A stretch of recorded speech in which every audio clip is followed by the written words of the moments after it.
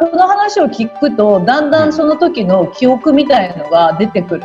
レムリア計画は失敗につき終了ってなったの。豊かさっていうのは物理的な豊かさもあるし、逆に言うと、マインド的な豊かさがちょっとずつ変わると現実が本当に変わっていくのでっていうところのリンクもあるし、罪悪感、無価値観を手放す時が今本当に来てるんですよ。急務だよね、ここね。だから、空中に浮いてたレムリアと3次元の地上にあったムー大陸っていうレムリア、2つあるんですよね。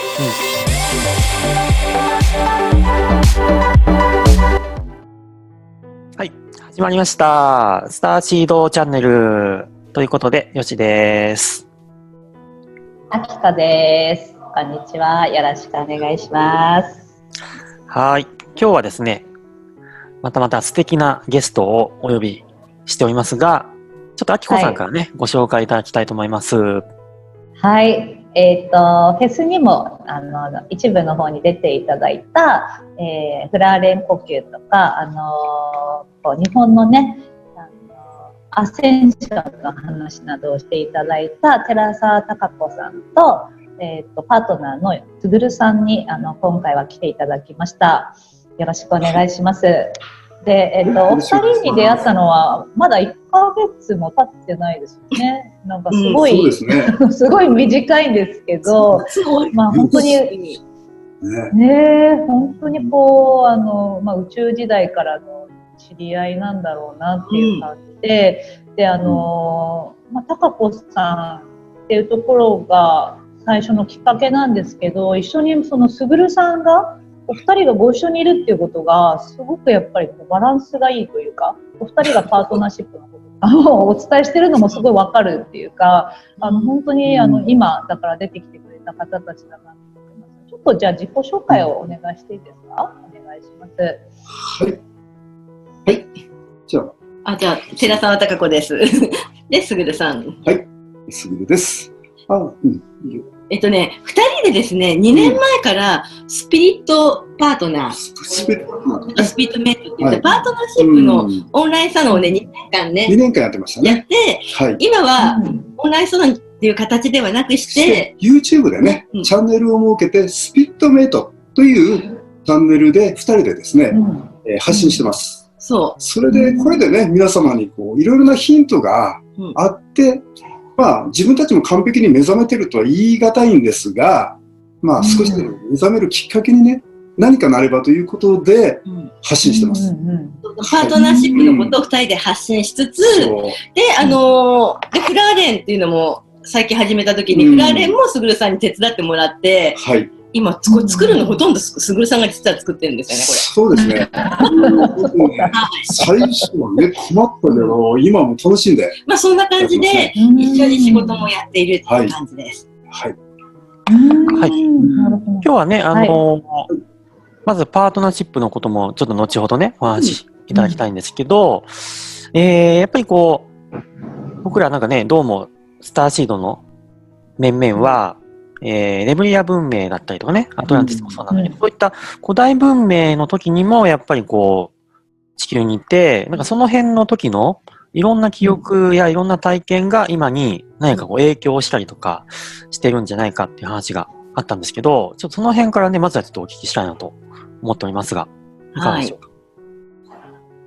はい、お願いします。はい、もともとこの宇宙の記憶だったりとか、あとその古代文明、レムリアの記憶とか思い出したのが私、きっかけが石なんですよ。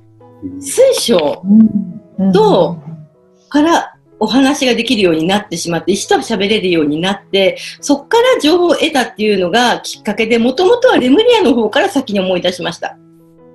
でそれから後からヒマラヤの水晶に出会った時に、これにアンドロメダの情報が入ってて、でアンドロメダだって思い出したっていう、流れなんですけどそんな流れで結局スターシードの、私もあきこさんもね、よしさんもみんなスターシードなんですけど、目的は、地球に来た目的はね、地球に楽しみに観光しに来たってわけだけではなくって、地球の、アセンションっていう宇宙から見てもちょっと大きなことなんですけど、それをやるために来てるので、今回もまさにタイミングなんですけど、過去のね、地球のこの長い歴史の中で、チャンスがあったんですよ。アセンションできそうだった時。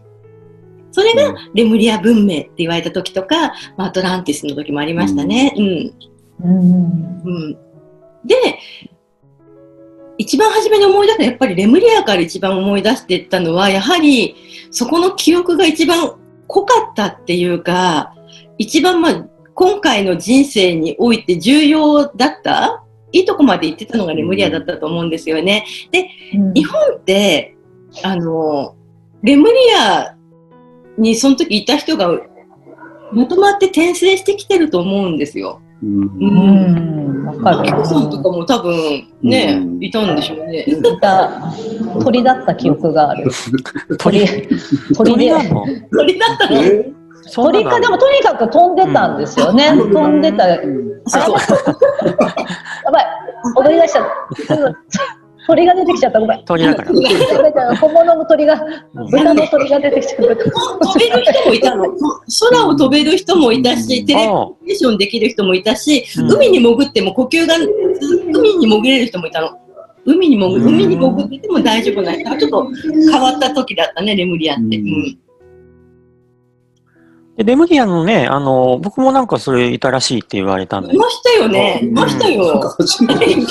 よしさん、どんなだったのかな。何やってたんだろうね。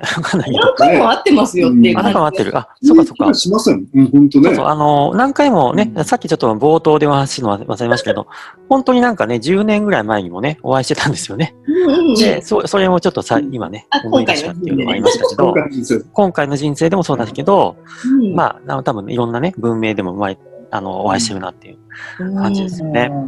で、そのレムリアって僕もあんまり知らないんですよね。あんまり詳しくないんだけど、見てる人もそんな詳しくない人もいると思うんだけど、なんとなく、なんか僕の記憶では、なんだっけ、レムリアの方と、なんかハワイとかあの辺ってなんかどうなんでしたっけ、繋がってるとか。そうです。ハワイ、昔、私の言ってるレムリアって大雑把に2つあって、空中に浮いてたレムリアと3次元の地上にあったムー大陸っていうレムリア、2つあるんですよね。で、ヨシさんとかアキコさんとか私がいたのは、どっちかというと空中の方に浮いていた宇宙の最高のレムリアの話かなと思うんですね。すごい。面白いね。そういう感じなんだ。ざっくりですね。でもなんかハワイとか好きなんですけどね。そうそう。だからハワイ好きな、日本人ってハワイ大好きじゃないですか。ハワイに残ってるんですよ、レムリアのこの空気感っていうか、レムリアって愛と平和で、愛とか、穏やかでいい時代でしたよ。本当にいいとこだった。戦いとかじゃなかったですよ、レムリアが。でね、そんなにもね、良い、なんていうの、レムリア文明が、いわゆるアンセンションができなかったっていうかね。で、地球と比べても今の話だととんでもなく、なんていうの、そういう、もうほとんどもう、次元上昇済みみたいな感じに聞こえますけど、どうなんですか？空の方にあった、空の上の方にあったレムリアは次元が高かったんですよ。その空の上の方の建物っていうか、もう空に浮いてるビルみたいな感じです。ヒーリングテンプルって呼んでたんですけど、空に神殿みたいなのが浮いていたって感じです。そこの中で人類を作ったんですよ。だからその神殿の中に上の方はあんまり肉体的がなくてよかったんですよね。で、ちゃんとそこで人間の形を作って、それをムー大陸っていう地上に下ろして、それで降りてった人たち、ムー大陸に降りてった人たちでアセンションをさせようとしたんです。それがレムリア計画ですね。レムリア計画なんだ。計画だったの。レムリアってその中でプロジェクト名なんですよ。レムリアプロジェクトなんだ。はあ。すごい話したね。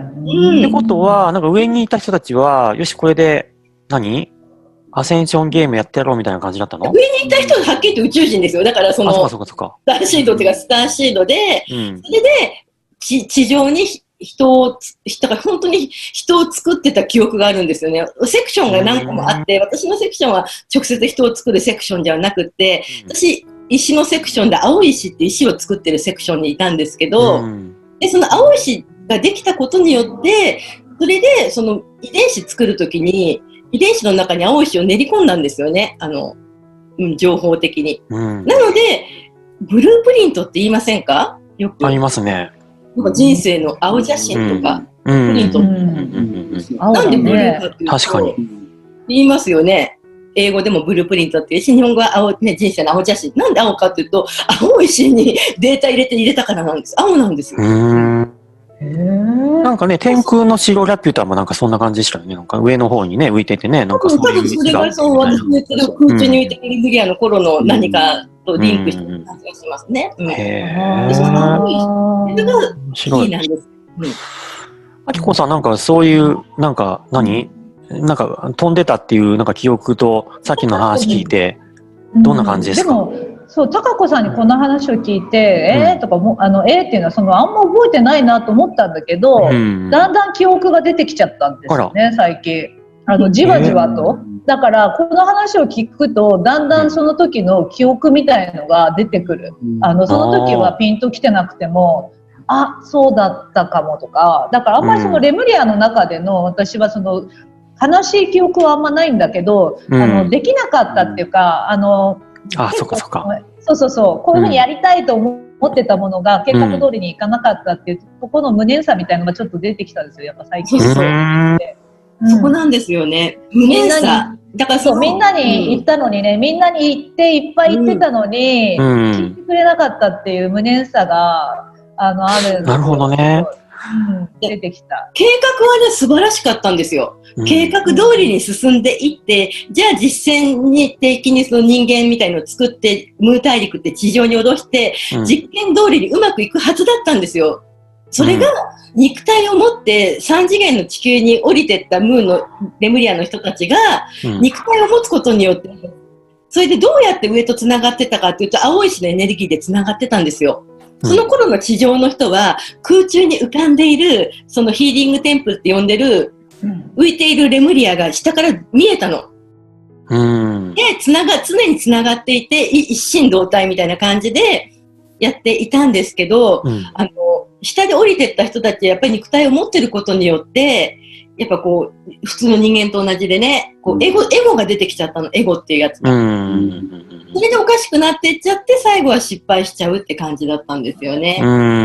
で、それを上の方に、多分、ヨシさんとか、アキコさんとか、私多分上の方から見てた側作ってた側なので上の方にいたんですけど、見てて下を、これちょっと計画がうまくいかなかったぞってことで、で、新しいとか宇宙の感覚なので、これは、このレムリア計画は失敗につき終了ってなったの。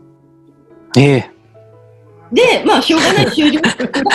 そういうことですけど、やっぱり、失敗につき終了になったので、地上と上をつないでた青い石のエネルギーを切ったんですよ。そうすると、下に降りていった3次元の肉体を持ったレムリアの人たちは、急に空に浮いてたはずのレムリアの神殿みたいのが見えなくなっちゃって。だからその人たちは見捨てられたみたいな感じになっちゃったの。だから、いわゆるみんななんかそういう、なんかすごい深いところでの喪失感とか、なんていうの？無価値観っていうのはそこにあるってことですね。無価値観とか、あとその喪失感とか、あと、なんか自分はダメな人間なんだと思っちゃったりとか、で、その上の浮いてたレムリアが見えなくなってほどなくしていろいろ三次元的なエゴ的なことが起こって文明が崩壊して沈んでいっちゃうんですよ。沈んでいく時も今までワンネスっていうかね、上とつながってたはずなのに、いつの間にかつながりが切られちゃって、自分たちはなんかダメな人間なんだと思って、今までなんかとにかくそういう絶望感とか失望感とか、そういうので文明が終わって死んでいっちゃうっていう最後は悲しい感じ。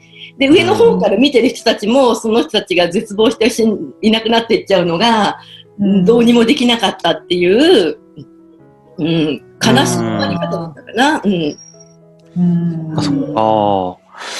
え、なんかそれは、なんだろう。ねえ、あきこさんなんかどうなのそれ。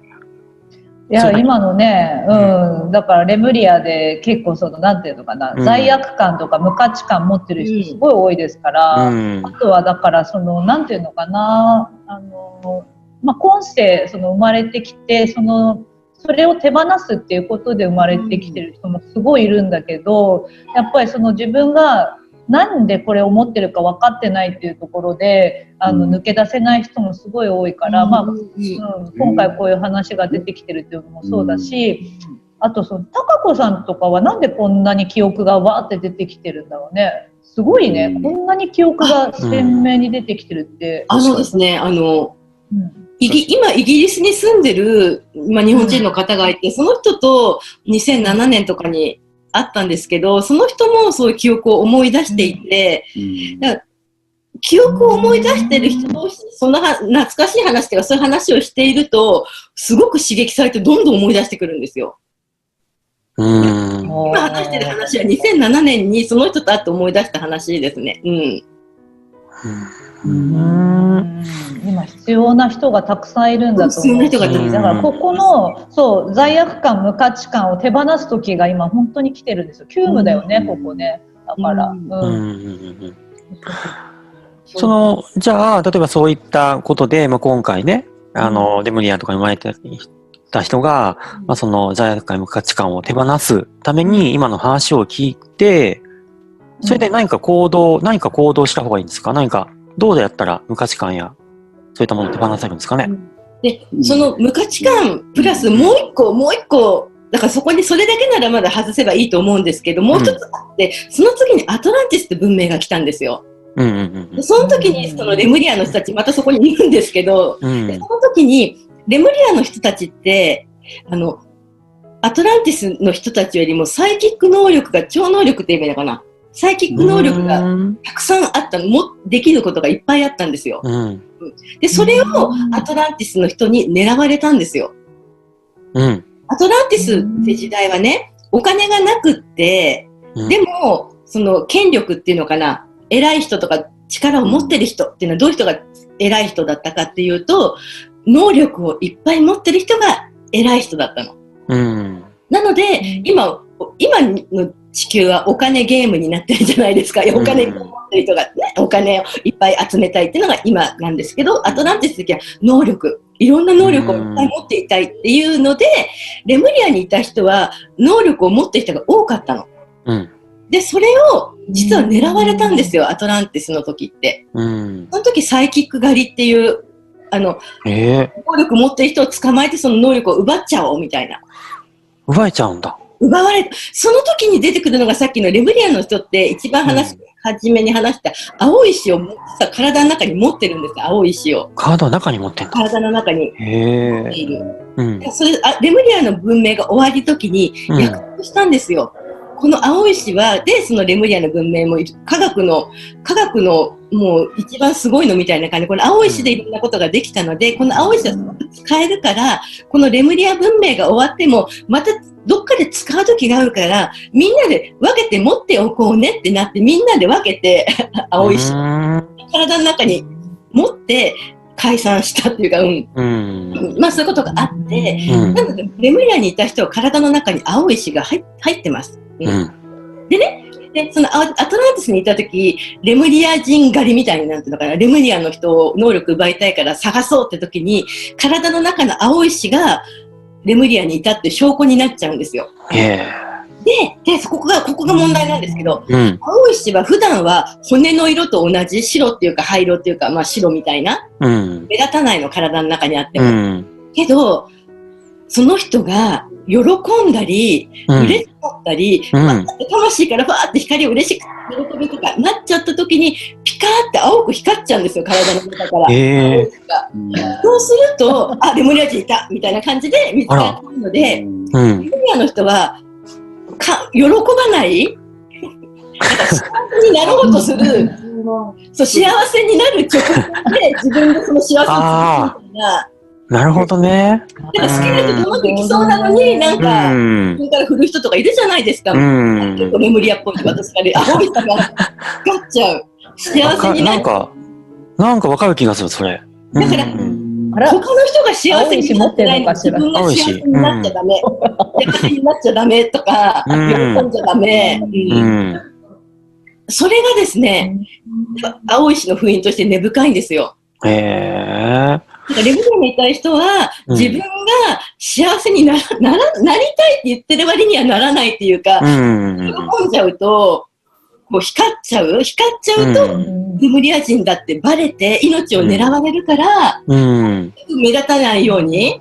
だから、よし、なんかオーラ消すの得意とか言ってましたよね。得意です。はい。得意ですよね。それ青石光らせない一番の方なんです。だから感情ある一定まで行きそうになったら作って止めますね。癖としては。ここなんですよ。そう、感情のうわっていうのをキュッと抑えるっていうのが、青石持ってる人のね、そっか。癖というかね、なんかあるんだ。じゃあ、例えばこう、ね、みんな見てる人はね、やっぱりそういう、レムリアに行ってアトランティスにいた人が多いはずなんですけど、そうなると、じゃあその癖がどうもある人が多そうなんだけど、それをちょっともう、そろそろやめましょうってことって、やめるにはどうしたらいいんですかね。だからもう怖くないって、この話をちゃんと聞いて思い出して、もう今はその自分の能力を発揮しても、それが命には関わらないし、とにかく幸せになっていいって許可ですよね。幸せになっちゃいけない。だから幸せになっちゃいけない理由は、レムリアの時の、なんか自分はそういう価値がない人間だとか、そこ無価値観ですよね。あとなんか罪悪感、思った通りやろうと思った、計画をちゃんとできなかったっていう罪悪感。そっか。こういうの、あきこさんもあるんですか？そういったものをなんか止めてしまう癖とかは、あきこさんはないの？あるの？全くないですね。ないんだ。その辺はもうなんかあれなんだ。ないなぁ。でもない人もいるけど、だから分かりやすいよね。ある人はそれを持ってる。アヌンナキとは何が違うの？アヌンナキも青じゃない。で、アヌンナキ分刻印が入ってるって言われたりするじゃない？結構、分かるかなこのあたり、高子さんとか。私そんなに分かんないですね。分かんないか。青だから、その罪悪感とか無価値観持ってる人っていうのは、そのアヌンナキの刻印が入ってて、それをこう取ると、でも青とさ、共通してるから、ちょっと話が、なんていうの、多分同じようなことを言ってるんじゃないかなっていう感じが。だよね。なんかその話ってありますよね。いわゆるそのアヌンナキとかいろんな人たちが、いわゆる DNA 的なものをいじったときに、そういったものをちょっとグイって入れてるって話もあったりするってことでしょ？そう。自分たちの言うことを聞いてもらうために、その DNA の中に入ってるっていう、その青ヌンナキって青いんですよね。そう、共通、なんかね、青って聞いたときに、私、アヌンナキの話と共通してんじゃないかなと思って、このね、どこで自分がピンとくるか、とにかく自分の中にだから罪悪感とか無価値観とか持ってる人たちっていうのは、だから自分自身を責めがちなんだけど、そのレムリア時代から来てたり、今言ったアヌンナキみたいなところにどこかにピンときたら、自分は自分自身から来るものじゃないところでなんかそういうものを持ってることに気がつくっていうことなのかもしれないね。あと能力を出さないですよね。自分ができるってことをやらないっていうのもですよね。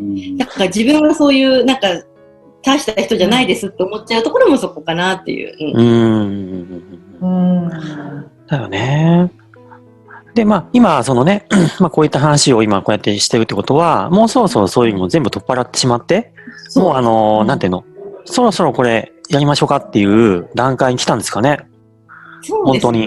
本当に。で、自分の持ってる能力、その、第5巻以上のところってあるじゃないですか。5巻以上の見えないところの能力を今全部発揮していかないとうまくいかないんですよね。ここから先はね。だから自分ができないとか言ってる場合ではなくって、誰かがやってなくても一番初めにやっていくぐらいの意気込みでですね、パイオニア的にどんどんやっていくっていうのが求められて、宇宙からも求められてますよね。で、今回ね、だからそのレムリア、そしてアトランティス、そして今回っていうので、今回、もう本当にもこのゲームとしては。どんな状況まで行ってんですか？そういう目線で言うと。このゲームは、もう、私の中でほとんどもう、うまくいってる。うまくいってる。もう、達成みたいな感じなんですか？達成。で、一番これね、あきこさんと前ちょっと喋ったかもしれないけど、結構地球の人って感情がある星なので、感情大好きなので、よりドラマティックにやりたいので、軽々とできちゃっただとちょっとなんていうの？喜びがちょっと少ないって感じなので、こんなに大変でこんなに大変でこんなにあれだったけど、一番最後うまくいったみたいな。っていうストーリーがお好きな人が多いので、ギリギリまで大変やりたいのかな。ああ、そうだよね。だからギリギリ、そう、ギリギリもう終わりだよね。だからもう終わりに来てるから、もう終わりにしてもらわないと、なんていうのっていう感じだよね。だから野球で言うとね、もう9回の裏で2アウトって感じですよね。野球で。なるほどね。あえてその見せ場を作っちゃったって感じね。でプラス、スターシードの人は、いつものメンバーじゃなくって、代打の人っていうのかな。代打の人だから、ここで打たないで、代打の人と打つしかないよね。その、バッターボックスっていうの立ったら、いつもの9人のメンバーじゃない、なんていうの、横から出てくる、ここぞって時の隠し玉みたいのが、スターシードの人。そうなのね。そういうことです。隠し玉。普段あんまり、だからどっちかって言えば活躍してない感じの人が、言い方が悪いな。なんていうの。いいよいいよ。そういう、ここでって時に代打として来るのがスターシードの係ですよね。なるほど。そっかそっか。なるほどなるほど。なるほど。なんとなく分かってきた気がする。で、例えば何でも塁に塁もらう。そういうふうに考えるとね、今、この世界の状況を今現在見ると、コロナだったりいろんなね、いわゆる経済の本当に強行に行っちゃうんじゃないかとかっていう、そういう目線で見れば、ものすごいこれピンチになってるようにも見えてしまうじゃないですか。っていう見せ場を今作ってるっていうようなイメージなんですかね。見せ場ですね。なるほど。見せ場っていう言い方が悪い。でも日本人のいろんな、あきこさん何？いいよ。じゃあ何やればいいんだっけ？それで何すればいいの？その見せ場で、じゃあみんな何すればいいの？ですね。一番肝心なことがあるんですけど、ポイントがあるんですよ。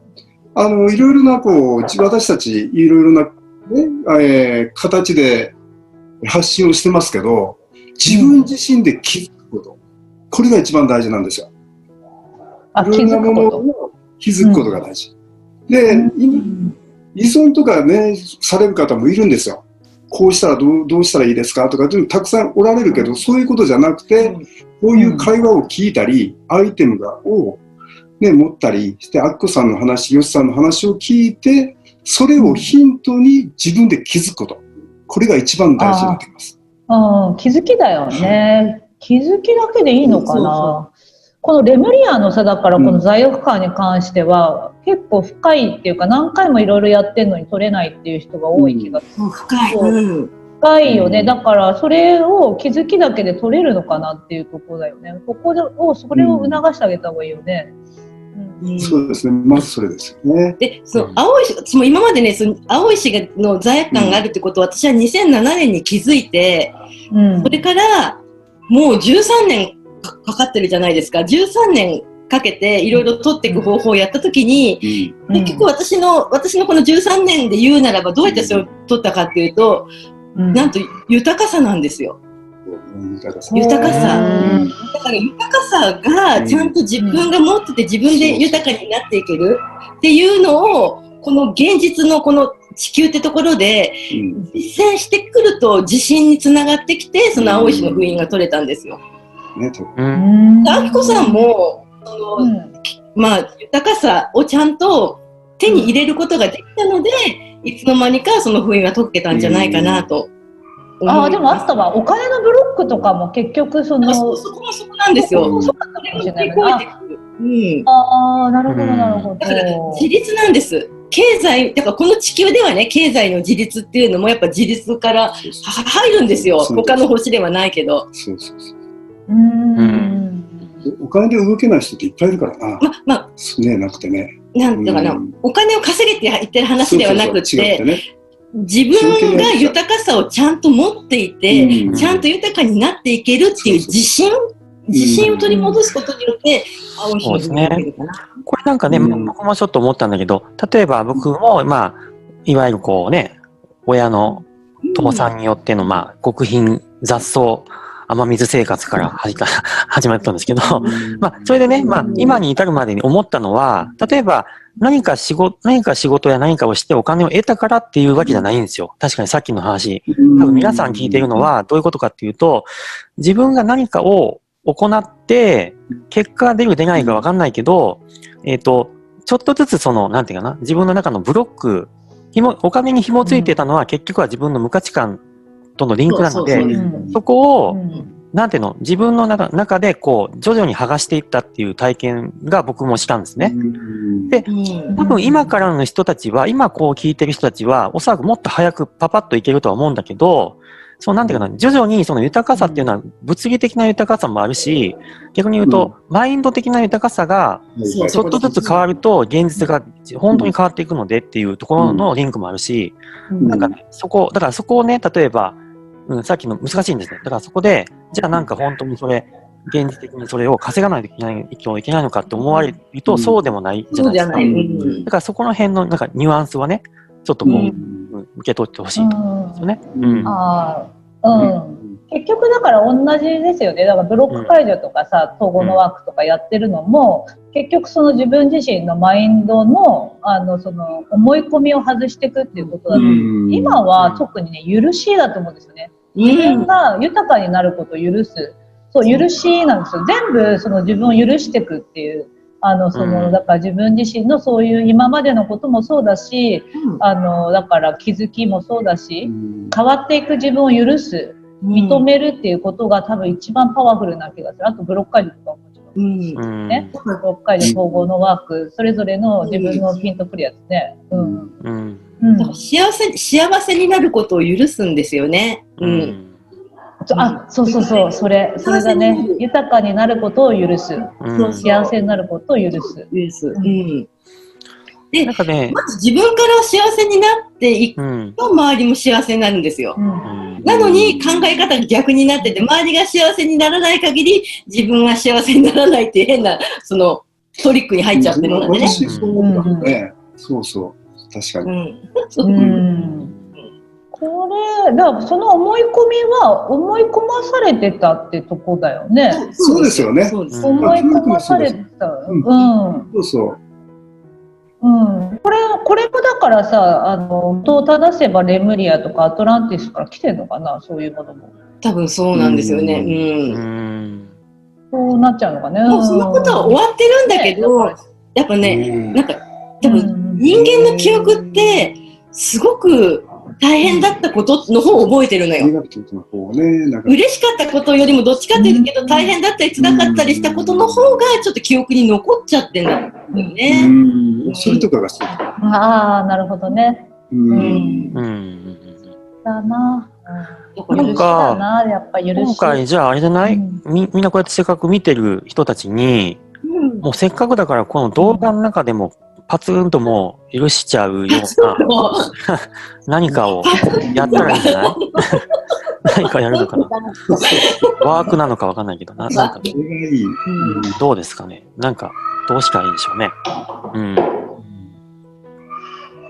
ねえ。どう思いますか？なんかありますか高子さん。なんていうのかな。自分を信じたり、宇宙とつながったりとか、いろんなそういう、ちょっと、五感以上の能力的なところって、実は脳の中の消化体ってところが結構、消化体ってところがあるんですよ、脳の中にね。そこが、実は、関係しているんですけど、その消化体って、生まれたばっかりの赤ちゃんの時は結構大きいんですよ。だから赤ちゃんの方がサイキック能力実は使えるんですね。生まれた胎児だったり赤ちゃんの時は小豆ぐらいの大きさがあるんですよ、消化体って。それが使わないで大人になっていっちゃうんですよ。それは学校教育だったりとかいろいろ概念大人の概念でこう育てられちゃうと、その人の能力、見えない能力を使わないまま、退化しての、消化体が退化してて、小豆の粒ぐらいだった消化体が大人になる頃にはお米のぐらいになっちゃう。お米。ちっちゃくなっちゃうんですよ。で、そこをちっちゃくなっちゃってるのをもう一回膨らませるっていうか、ちょっと大きくすることによる、できると、例えばそのテレパシーだったりとか、ハイヤーセルフとつながるとか、宇宙と、コンタクトできるとか、そういう目に見えない領域の能力をもう一回復活させることができるだろうなと思うんですけどね。だから萎縮しちゃってんですよね。できないってちっちゃく脳の中で。それはなんかこの後みんなでやったりできちゃうんですかね。あ、そういうのはできない。イメージしちゃう。だからそこがちっちゃくなってるけど、もともとは小豆ぐらい大きかったんだってことを思い出して、これから使っていくぞと思うとか、どうすればいいのかな。じゃあ今みんなでイメージしたらいいんだ。イメージすればいいと思う。消化体をまずイメージして。消化体をイメージして、なんだっけ、大きさがどのぐらいなんだっけ？本当は小豆ぐらいなんだけど、お米になってる。お米の粒ぐらい。そんなちっちゃいんだ。そんなちっちゃいんだ。どっちにしてもちっちゃい。なるほどね。オッケー。じゃあそれをちょっとみんなでね、イメージしてみましょうかね。第三の目って言うじゃないですか。第三の目ってここの間にあるって聞きますよね。第三の目とおでこのとこに。第三の目って言われてるのが消化体のことなんですよ。第三の目とつながってもね、なんか頭の中にあるんじゃなかったっけ？頭の中にあるの。そうだよね。ここから人間の脳をこういうふうにパツッと割ると、ホルスの目っていうエジプトの絵画に、壁画に出てくるホルスの目みたいな、目みたいになって、そこが消化体なんですよね。だからそのおでこの奥にある、おでこの眉間のこの奥にあるのが消化体です。この辺をイメージして、ここがふわっとするのにどうすればいいかな。思うってことかですかね。イメージしてふわっとした感じ。で、今じゃあちょっとみんなで。なので、フラーレン呼吸で光をここに入れてるんですよ。いつも光を。光で大きくするんですよね。うまく言えないけど。光を入れるイメージをすればいいのかな。だからこっから光、おでこから光。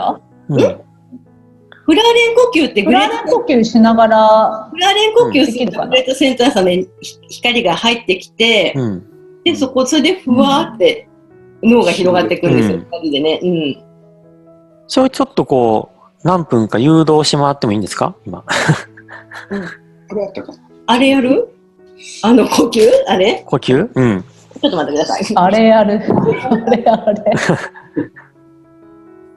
ちょっと無理やりなんかそれをやってもらう感じに持っていってしまったような感じですいませんみたいな。これ。でもすぐに編み出しちゃうの。だから高子さん研究者みたいだね。いろいろ編み出しちゃうからね。この間やったやつ光っちゃうかこれ。これ。一番下。これ前に宇宙フェスの一部でやったやつですよね。これフラーレン呼吸って言って、フラーレンって本当はこの形だけど、これだと立体なので分かりにくいってことで、この図になるんですけど、五角形、分かりますかね？五角形から空気を吸って、六角形から空気を吐く。これやると、このグレートセンタース、宇宙の根源の太陽の光が体の中にどんどん入ってくるんですよ。その光が、ある意味ここの消化体を広げていく。光をいっぱい体に取り込む。これがライトボディ化って言ってるんですけど、ライトボディ化すると消化体は自然と大きくなります。それじゃあね、それはいいんじゃないの？これやりましょうか、皆さんで。やりましょうか、皆さんで。やりましょうか、皆さんでね。じゃあ、高子さん誘導してもらって、ね。私が誘導します？いい？この間みたいな。この間みたいのでやる？音楽いります？いらない？でも、まあちょっと、なくてもいいかな、大丈夫かな、ですね。大丈夫ですよね。じゃあ、ちょっと待って、すぐるさんのとこトイレ、すぐるさんがトイレ行ったのちょっと待って。このフラーレンとは一体何なんですか？フラーレンというのは、これ水晶で作ったんですけど、こっちの絵でもわかる。五角形と六角形からなる32面体なんですよ。五角形の面が12面、六角形の面が20面で、このサッカーボールみたいな形になっていて、これをフラーレンって呼んでいます。炭素の構造ですね。炭素構造。これサッカーボールと全く同じ模様ですかね？サッカーボールと同じです。同じなんだ。サッカーボールってそういう意味もあるんですかね？サッカーボールだと五角形のところが黒くなってますよね。へー、面白い。面白い。そしてその五角形から吸い、六角形から吐くことによって、エネルギーがチャージされちゃうんですかね？どういうことが起きるんですか？フラーレンの真ん中に自分がいるイメージになってもらって、ここの真ん中に自分が入ってる感じになってもらって、五角形の窓から空気を吸って、六角形の窓から空気を吐いていく。で、この入ってくるのが、空気を吸ってるんですけど、その宇宙の根源のグレートセンター3の光がここから入ってくるの。で、その光を吐くっていう感じ。だから光を取り込んで、どんどん自分が光になっていく、ライトボディになっていくっていうのがフラーレン呼吸ですね。ぜひちょっと誘導していただけますでしょうか。じゃあ、やり方皆さん分かったと思ったので始めてみたいと思います。はい。はい。じゃあまずフラーレンの中に自分が入っているイメージをして、五角形の窓から息を吸います。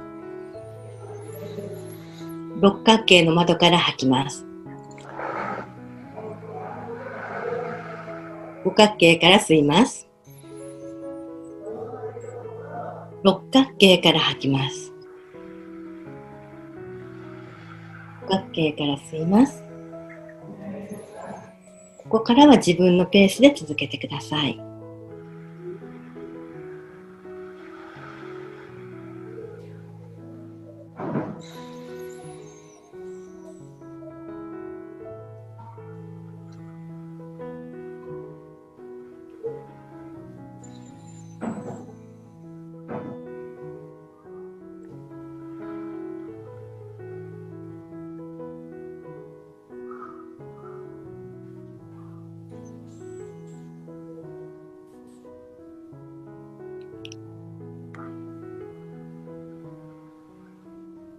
はい、そろそろおしまいにしましょう。なんか気持ちいいですよね、これなんか。すごく。あきこさんどうですか？今、半分寝ちゃったな。すごい、今、深く入っちゃった。気持ちいい。心地いいとか、光がね、どんどん入るんですよね。なんでこういうことが起きるんですかね？どういう原理なんですかね？周波数なんですよ。周波数。グレートセンター3の光を使ってほしいっていうのが、アンドロメダから聞いているこのアセンションにとってとてもいいことなんですけど、宇宙の他の星あるじゃないですか。いろんな星。他の星、シリウスもそうだし、どの星も、このグレートセンター3のエネルギーとつながって、これを使ってフリーエネルギー的にいろんなことに活用してるんですよ。どこの星もね、結構。で、地球はそれを活用していないんですよ。あんまり活用、だってグレートセンター3って言葉もね、あんまり知らない人の方が多かったなっていう。グレートセントラル3はどこにあるんでしたっけ？グレートセンター3は、宇宙のどこにある場所でいうとかなり遠いんですけど、全然遠い銀河です。ひまわり銀河って言って、多分すごい、知らないかな、ひまわり銀河。古い銀河です。そこの中心にある太陽みたいなのがグレートセンターですね。すごい。あきこさんなんか前グレートセンター3の話をしましたよね。そう。ちょうど、私も同じ時にだからグレートセントラル3のそのアクティベーションを習ったんですよね。それがすごいパワフルで、私の場合はその太陽の裏側にグレートセントラルサンがあるっていうイメージをして、行ったり来たりするアクティベーションなんだけど、本当に意図ですよね。結局そこの、グレートセントラルサンのエネルギーを取り込むとか、意識するだけでもそのエネルギーっていうのがやっぱり結局内側にあるからね、全てのものがそこがねわーってねやっぱりエネルギーとして開いてくるから、特に今はグレートセントラルサンのエネルギーなんだと思う。宇宙エネルギーなんですよ。それで今までは下ろせなかったんよね。下ろせなかったんだ。私もできるようになったの2年前ですから。2年前です。だからグレートセントラルサンまでのルートが分かんなかったのが分かった。だからアッコさんのやり方あるじゃないですか。地球の中心に降りてって、地球の中心のハートチャクラからとかなんとかっておっしゃってる。まさに私もやり方が同じで、一回地球の内部に入らないといけないんですよ。地球の中に入って地球の中心のセントラルサンからシリウスのセントラルサンに私はワープポータルからポータルに行く、そうなんだ。何箇所か経由して乗り換えてやってグレートセントラルサンに行くんですよ。そのルートを作ったのが2年前で、それから多分そこのエネルギーを地球に引っ張ってこれるようになったと思うんですよね。いろんな人をきっと。あんまり新しめのエネルギーかもしれないです。地球にとってみたら。やっと使えるようになったっていうね。本当に。だから地球がパワーアップして、やっとできるようになって、だからこれがもう最先端なんじゃないですかね。これやってればいいんですよ。これやってればいいっていうか、そうなんです。だから、そうよね。開発したので、あとはもうできてるから簡単にただ使えばいいですよって話なんですよ。iPhone を作るの大変だったけど、iPhone 作った人がね、もう一回作ってくれたら、あとはみんなそれ使うだけじゃないですか。そうやってすごく似ていて。ここはちょっと裏話をするんですけど、彼女ってもうずっと石屋さんじゃないですか。もう10年以上してる石屋さんなんですよ。水晶とか。で、石に前は、石屋さん。で、アイテムを使って仕事をしてたわけですよ。ところが、グレートセントラルサンのエネルギーは、石には入らなかったんですよ。前はこういう、普通のこういう水晶とかに、石にエネルギーを入れて使ってたんですよ。何でも入ったの、石にエネルギーが。それがですね、入んなかったんです、グレートセントラルサンは。屈辱だよな。石の中には。で、この中の空間の中の空気に入ってるんですよ。水晶の中のこのフラーレの中の空気の水分にエネルギーが宿ったんですよね。なので、形だったんだっていう。物体ではなく、この中の空気、空だったんですよ、結局。今回あれですよね。だから皆さん、すみません。皆さんだから誰でもそのグレートセントラルサンっていうの細かくはよくわからないけど、すごいそういうエネルギーをイメージして、さっきの五角形から六角形に呼吸イメージをして吐いて吸って吐くだけでも OK ってことですよね。そういうことです。すごい。簡単になりました。超簡単。皆さんこの空気の中に水分あるじゃないですか。空気中の水分、湿度。その水の中にちゃんと入ってくるんですよ。イメージすると、そのグレートセントラルサンのエネルギーが。すごい。で、呼吸もやっぱちょっと微妙に水分入ってますからね。そういう空だったんですっていうか。空なんだ。やっぱり空なんだね。空だ、この中の空。それでですね、なんと、お時間がどんどん来てしまいましてですね、なんと今回ですね、前半じゃなくて次回に続くっていう形でやっていきたいと思います。で、ぜひ次回はですね、パートナーシップっていうものの、また宇宙的な話っていうのもちょっとすごく面白い、お話になりますので、その辺をまたお話ししていただいてもよろしいですか？はい。はい。よろしくお願いします。では、ちょっとね、どうぞ。今高子さんとすぐるさんに今回出ていただいたんですけど、今いろいろフラーレン呼吸とか、あとその石にエネルギー入れるとか、青い石の話とかいろいろ出てきたと思うんだけど、私が高子さんとかに会って思ったのは、研究者なんですよね。やっぱりそのエネルギーが今世は高子さんは女性として生まれて、なんていうのかな、親しみがある感じになってると思うんだけど、研究者みたいな方なんですよ、もうエネルギーが。でそれをねやっぱ開発してくれたんだなっていう。